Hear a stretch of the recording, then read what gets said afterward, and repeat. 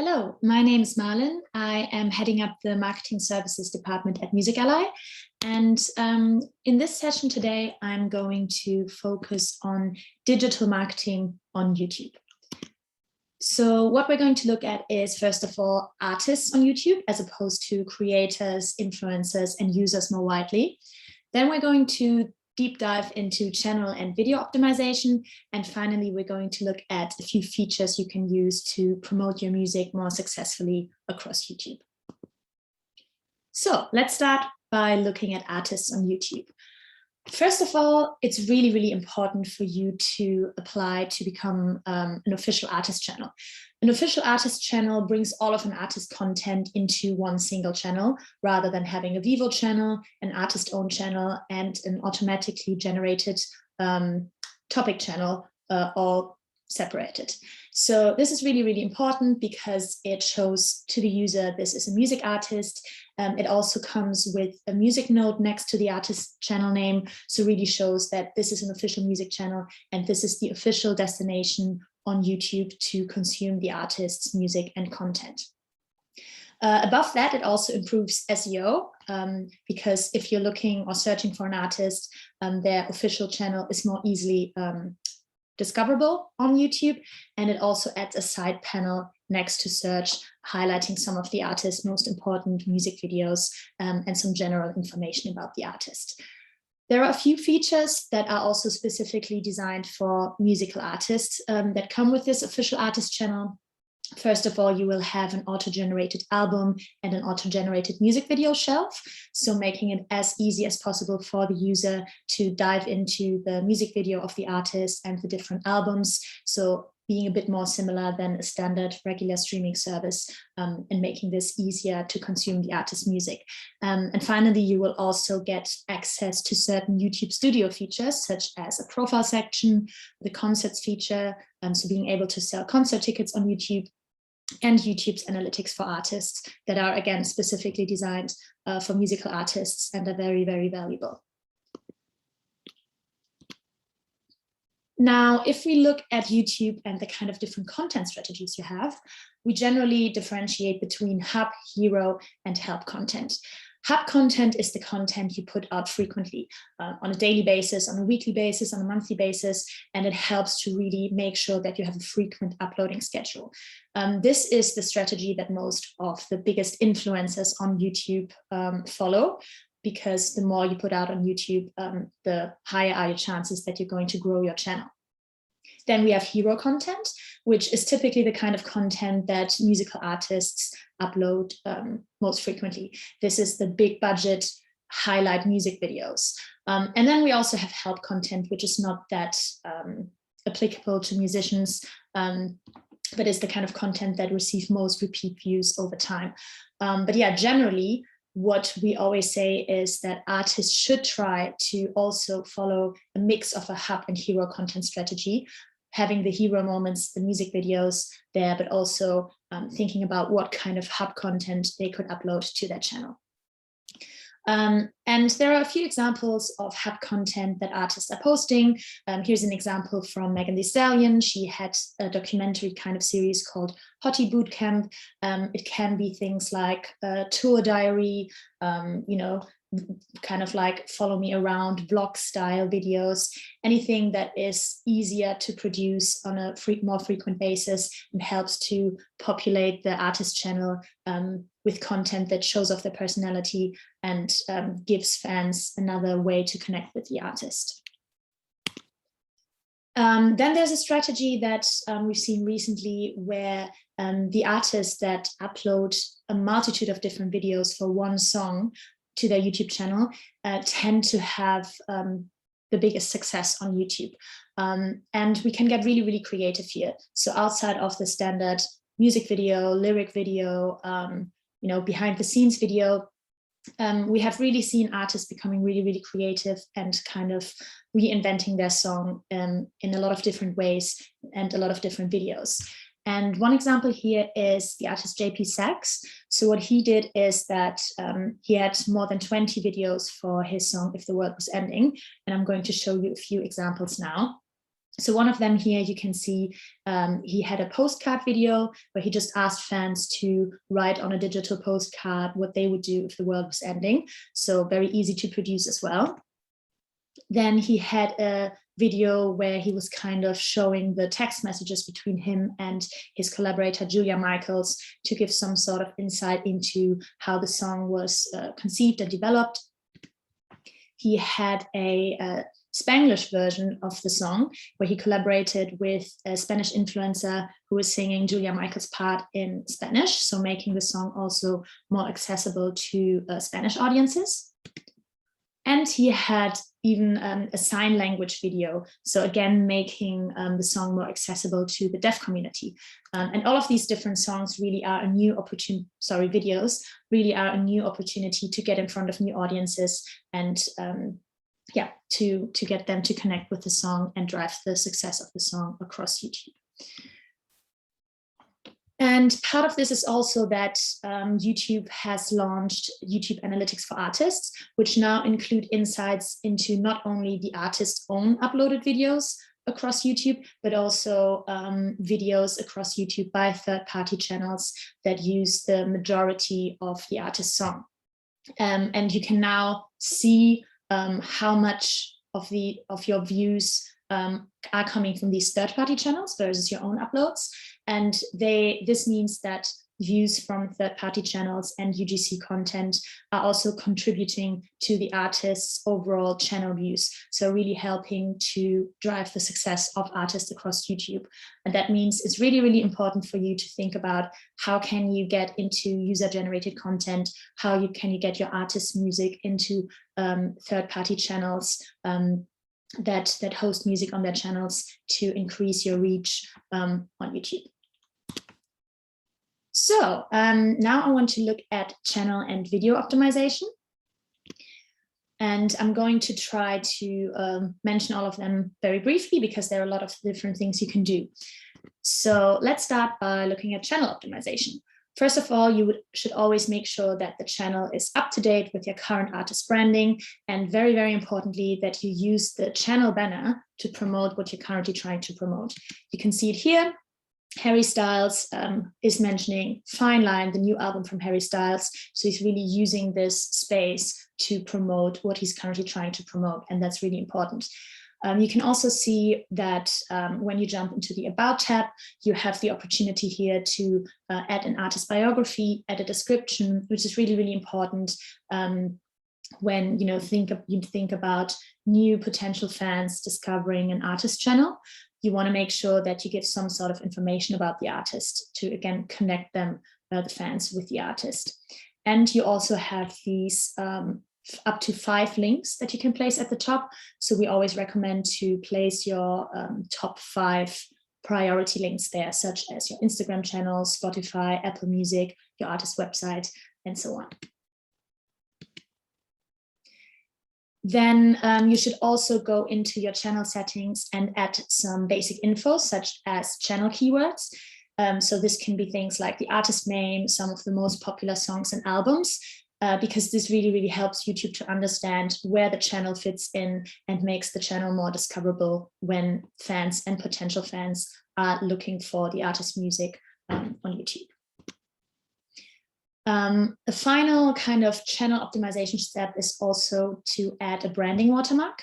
You can see it here in the bottom right corner. You can use something like an artist logo or the artist name, and it just really unifies the branding across the artist videos, and it serves as a subscribe button, so trying to bring more people to subscribe to the artist channel too. And it's an important step to elevate the artist branding on YouTube. So now let's look into video optimization.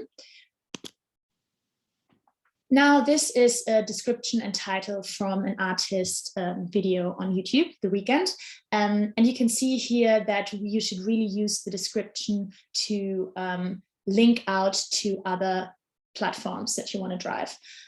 So for example, The Weeknd here is linking out to his merch store. He's linking out to his social media channels and website. He has a call to action to subscribe to his channel on YouTube. And this is important because, first of all, you have the space to have these calls to action, but also because YouTube is owned by Google, placing these links in the description will help with search engine optimization and having things like his social channels show up higher in search. So that's really, really important, but also that you repeat certain keywords from the title in the description and keywords that you're also going to repeat in the video tags. So you can see here, his title is The Weeknd Blinding Lights official video. The description repeats official music video for The Weeknd Blinding Lights. So again, also driving this SEO here. What you can also do is to include up to 3 hashtags in the description, which will show up above the artist, above the video title. And also something that we always recommend is including lyrics into the description because they are searchable. So if a fan searches for a song via the lyrics, the video will more likely show up. And something that's very, very important for Chinese artists is that you have the option to translate descriptions and titles. So, you know, if you are working with artists that have audiences outside of China, this is really, really great because you can choose a few priority territories and you can make sure that you translate the description, translate the title to make it more accessible to them. And then it will show up based on the user's language preferences on YouTube. Thumbnails are another very important optimization step on YouTube. First of all, you should always make sure to have the artist's face as prominently featured as possible, to have high contrast colors. So just something that makes sure that the thumbnail is attention grabbing and that increases the amount of clicks through to the video. Very, very important. And again, can be used as a way to unify the artist brand on YouTube. I've briefly mentioned tags before. They are very, very important, and we often see artists not making use of tags as much as they should. For example, only including 5 tags or so, but really you should use at least 20 tags across your videos. And these can be things like, of course, the artist name, the track name, but also misspellings of the artist name or the track name or the album name, genres, locations, and also very importantly, again, recognizable lyrics that you've also already pasted into the video description, the artist's other popular songs, and so on. And again, repeat certain keywords from the description and from the title to drive your search engine optimization here.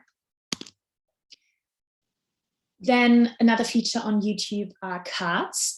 Cards are small notifications that you can place across your videos to drive to associated websites or other content from the artist on YouTube. So for example, if you have an official music video, but you also have a video in an acoustic version, you could place a card and say, watch the acoustic version now.